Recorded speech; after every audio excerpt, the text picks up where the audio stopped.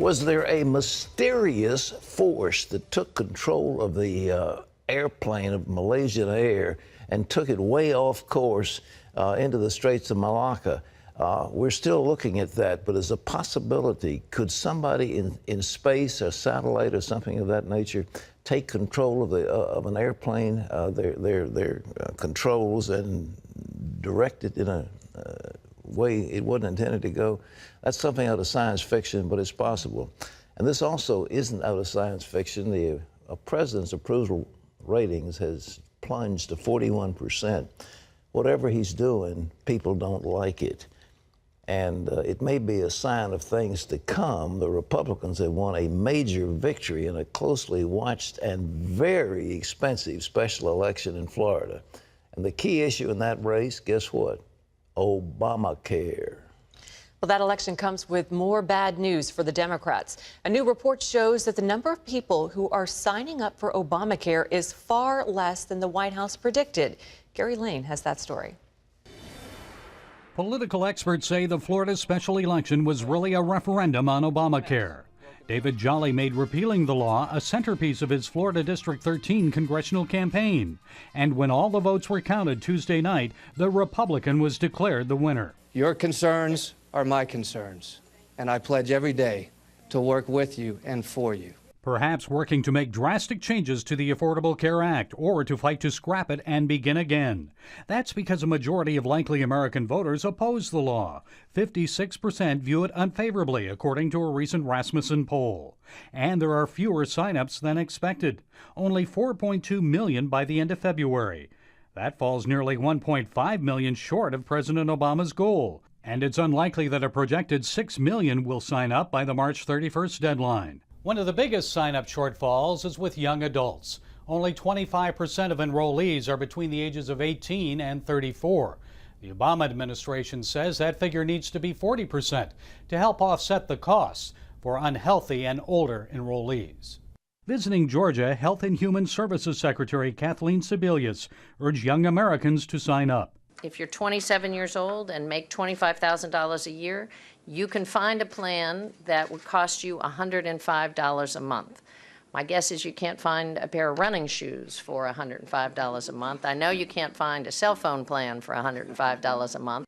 And President Obama was also on the stump for the Affordable Care Act. Comedic actor Gus Galifianakis questioned the president on the show Funny or Die. Okay, let's get this out of the way. What did you come here to plug? Well, first of all, I think it's fair to say that I wouldn't be with you here today if I didn't have something to plug. Have you heard of the Affordable Care Act? Oh yeah, I heard about that. That's the thing that doesn't work. Why would you get the guy that created the Zune to make your website? Healthcare.gov works great now. So is the David Jolly victory in Florida a harbinger for the upcoming congressional election? Is Obamacare the issue that will help Republicans retake the Senate? Tea Party favorite Ted Cruz. If there's one thing that unifies politicians of both parties, is their top priority is preserving their own hide. And if enough congressional Democrats realize they either stand with Obamacare and lose, or they listen to the American people and have a chance at staying in office, that's the one scenario we could do it in 2015. If not, we'll do it in 2017. Gary Lane, CBN News. I don't think we ought to read too much into that Florida election. That particular district has a majority of people who are registered Republicans, a whole lot of independents. But when the absentee ballots came in, they favored Republicans, so that pretty much swayed the election. There wasn't a great turnout, and huge amounts of money was spent. So I think it's very unwise to read too much into one election. And it's not clear whether or not it was on Obamacare, because the Democrat in that particular race was not around to vote for it one way or the other. But there are a number of senators who are Democrats who did vote for it, and they are very vulnerable. Well, just as Obamacare has been getting plenty of bad news, now there's more bad news for the former IRS official involved in the Tea Party scandal. John Jessup has that story from Washington. Here's John. Pat, former IRS official Lois Lerner created, quote, unprecedented roadblocks for Tea Party organizations that were trying to get nonprofit status. That's the conclusion of a report from a House committee investigating the scandal. The American Center for Law and Justice represents 41 of the Tea Party groups in a lawsuit against the IRS. Jay Sekulow, who heads the ACLJ, says the report underscores what has been apparent for months. Former IRS official Lois Lerner's maliciousness and corruption are well documented and very clear. The report says she created barriers to Tea Party organizations and helped the Obama administration set up regulations that put new burdens on existing groups. Lerner refused to testify before Congress for a second time last week. She says she's done nothing wrong, but offered to share her testimony in exchange for full immunity. The U.S. power grid may be vulnerable to widespread sabotage. The Washington Free Beacon reports that concern has been raised by the New Jersey Regional Operations Intelligence Center after recent incidents including sabotage or its potential at power plants and towers around the country. The Beacon reports the concern is that many of the incidents could be a sign of preparation for a larger coordinated attack on the power grid. You can find those reports by going to cbnnews.com. And Pat, this comes on the heels of your revealing interview with security expert Kevin Freeman yesterday. Exactly, and we've got more coming. We've got I wanted an in-depth report, and I think hopefully by next Monday or sometime next week we'll have a full report on that. The power grid is extraordinarily vulnerable.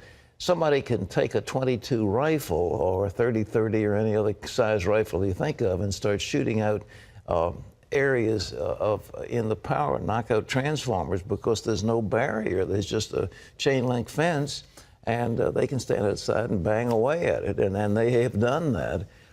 Whether it's just pranksters or dedicated people who wanted to take the grid out.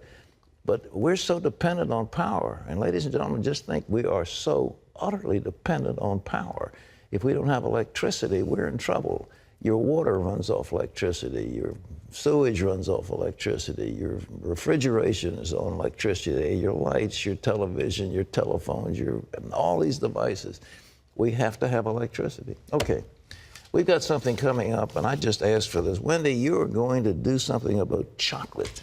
This may be my favorite interview of all times, Pat.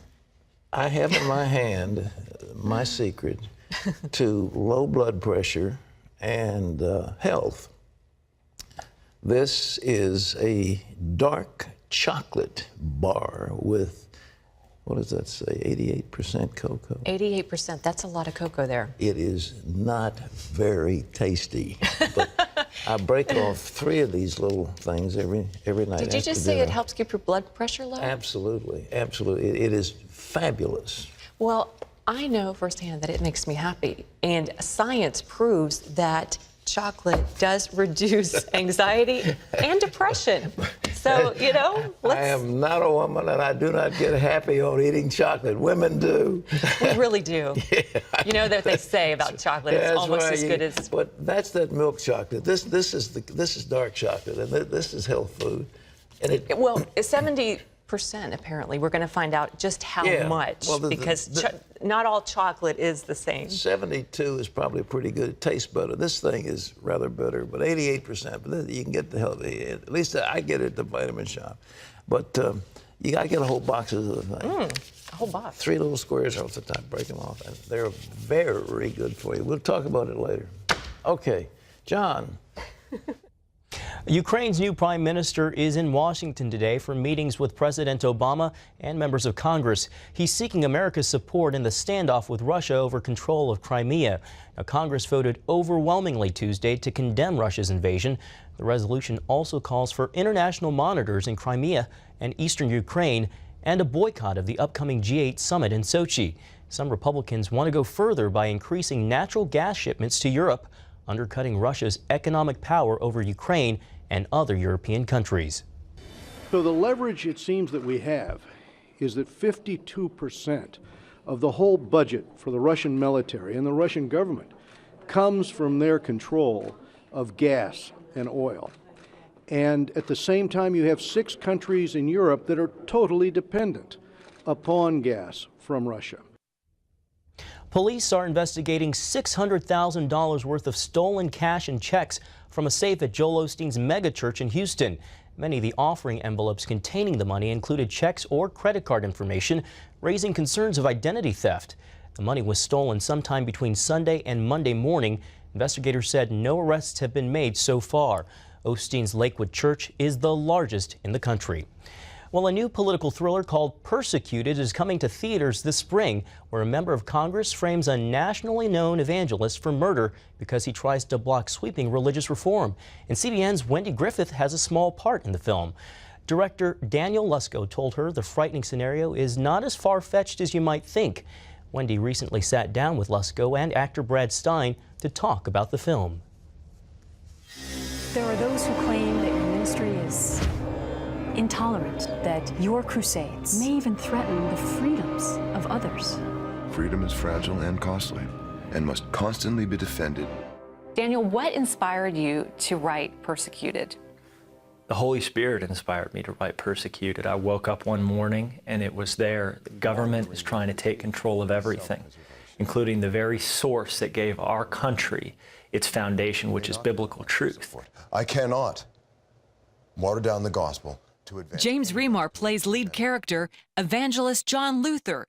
We met on location during filming in Albuquerque, New Mexico. Tell me about John Luther.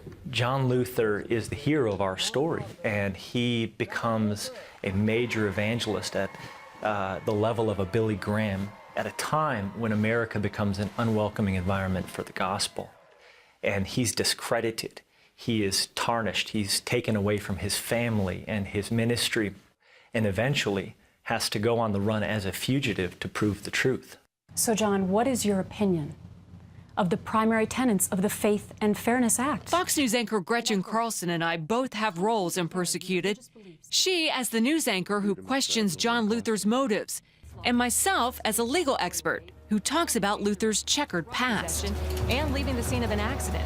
Talk about a relapse. Well, you played a very powerful role, and I'll just say this: Wendy, our own Wendy Griffith from the 700 Club, is an important role in the movie, and again establishes the credibility of the case against John Luther. Do you mind if we get a picture with my daughter? So basically, you have a famous evangelist, John Luther, who is framed for murder by a member of Congress because he's standing in the way of the sweeping religious reform. Is this really fantasy, or is this something that you could actually envision happening in America? It really is beginning because we allow ourselves to be silenced in the name of political correctness. Why is Persecuted not your typical Christian film? Well, we have an all-star cast in the film of Persecuted, and I think it's because we have an all-star story that has come in sync with the pulse that is happening across our country, and I think people are picking up on that regardless of what political view you come from. I'd love for people to go and visit facebook.com/Persecuted movie, because that's where we're going to be posting updates about the film, screening updates, tour updates, contests, everything leading up to the release. Persecuted opens in theaters nationwide May 9th. Also look for Persecuted the novel in stores on April 1st. And Pat, that Wendy Griffith keeps proving she's so ever versatile, gifted, and talented. Incredible. TV personality, movie actress. What else you got on the This is my first big screen role. I mean, you can't blink, though. You got to be really glued to the screen. But, you know, get your popcorn and head to the theaters May 9th. That's an interesting show. You know, it is very, very believable. It would be easy to frame somebody. It's a thriller. It's not your typical Christian movie that you go to see. You don't want a typical Christian movie. I think this is more... And Daniel Lusko was so much fun. You know, it was... you know, I'm used to being on camera, but making a movie is totally different. And when I was there on location in New Mexico, you know, first of all, they have a trailer for you, and it's really cool. And then the star on the door. There wasn't a star on the door. It was a pretty dusty little. Well, it was in Albuquerque. It was in the middle of summer, but you know, the director talks you through how to say your lines, and it's really cool. It was a very cool experience. You don't have this now. Nobody's talking you through. Not here. No, we're all ad-libbing. Okay. But that's an exciting movie, and if people want to go see it, I think it's going to be very good. Absolutely. May 9th. So. We don't want to be paranoid, but the truth is that it is so easy to set somebody up in today's world. It is so easy to do it. Yeah, I mean, this lead character, he was like, imagine the biggest evangelist in America that you can think of, and framed for murder, and then he has to run for his life because, you know, he's trying to stop Congress from pushing through this this act that's going to water down the gospel. Yeah. So it's really an exciting movie, and it was a fun experience. I'm glad you were on it, and I think, ladies and gentlemen, just to see Wendy's worth the price of admission. Bring your friends. And by the way, there's another one out there. How's the one about the Son of God doing? They were #2 last week. I haven't heard. Do you have any updates on that? I haven't heard, but I know it did really well on opening weekend, so that's good news. Excuse me, I've got a voice in my ear, Joe. #5? It was #5 on opening weekend. Second week, #5. Fantastic. I don't know whether, I read an article that they say, it's time to get Mel Gibson back in the good graces of Hollywood. I mean, his Passion of the Christ grossed over $600 million. It was an extraordinary effort, and Mel is so creative. And so we hope that those outbursts that came about, and he's got a problem with alcohol, I guess, but he's basically a good guy. He's an extraordinary talent. Oh, it is. Well, I thought Braveheart's the best movie I've ever seen. I'm with you. That is one of my all-time favorites. In any event, it won the Oscar that year, and Mel is a very creative guy, and so he's been shunned by Hollywood, so they're trying to bring him back, and anyhow. Keep him in our prayers for sure. Yes, sir. Okay. A federal trial has started to determine whether a New Mexico City can have a Ten Commandments monument in front of City Hall. The American Civil Liberties Union says in a lawsuit that the monument violates the religious freedom of residents in Bloomfield by putting out a message the city endorses a particular religious belief. The city's lawyers argue the monument was paid for and put up by private individuals under a city resolution. Bloomfield's policy provides equal access to any group that wants a monument at City Hall that's relevant to the history or heritage of the city. Well, lawmakers in Tennessee have passed a bill that would let students express their religious beliefs in a school assignment. It would also let them organize prayer groups and other religious gatherings, just as other students are permitted to organize extracurricular activities in groups. The House passed the bill 90-2. Well, you can always get the latest from CBN News by going to our website at cbnnews.com.